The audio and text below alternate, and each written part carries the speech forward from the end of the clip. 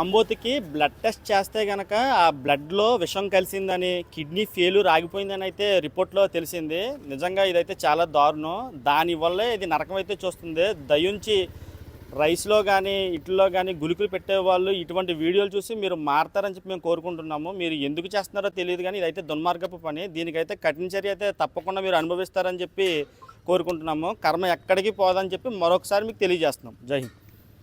నిజంగా మనిషి ఎంత దుర్మార్గుడు అని తెలియడానికే ఈ ఆంబోతికి పెట్టిన గుళికలు కారణం అండి. నిజంగా మూగజీవాలు ఏం చేస్తున్నాయో మాకు అర్థం కావట్లేదు. పందులు రాకుండా ఉండడానికి అన్నంలో ఎలకల ముందు కానీ గుళికలు కానీ పెట్టడం అయితే జరిగింది. నిజంగా అది పెట్టింది ఎవరో మేము కనుక్కొని వారి మీద అయితే మేము కేసు పెట్టడం అయితే జరుగుతుంది. ఇటువంటి ఇంకొకసారి జరగకుండా కూడా పోలీసు వారు కఠిన చర్యలు అయితే తీసుకోవాలి. నిజంగా అసలు మూగజీవి ఏం చేస్తుందో అర్థం కావట్లేదు. ఇంత దుర్మార్గంగా గుళికలు పెట్టి మీరు పెడుతుంటే అది ఒక నరకం చూస్తుంది. రోడ్డు మీద పడిపోయి అడ్డంగా వెళ్ళిపోయి నిజంగా చాలా ఇబ్బంది అయితే పడుతుంది. అది ఎంత నరకం చూస్తుందో మొత్తం ఇక్కడ ఉన్న వాళ్ళందరూ చూస్తున్నారు.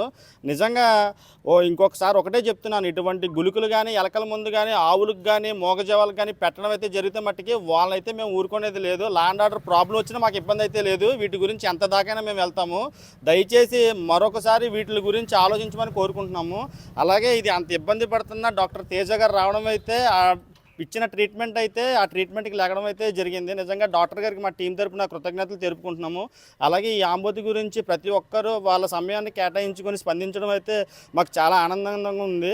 దయించి ఇటువంటి దుర్మార్గపు పనులు చేయకుండా ఉండాలని చెప్పి మరొకసారి కోరుకుంటున్నాం. జై హింద్.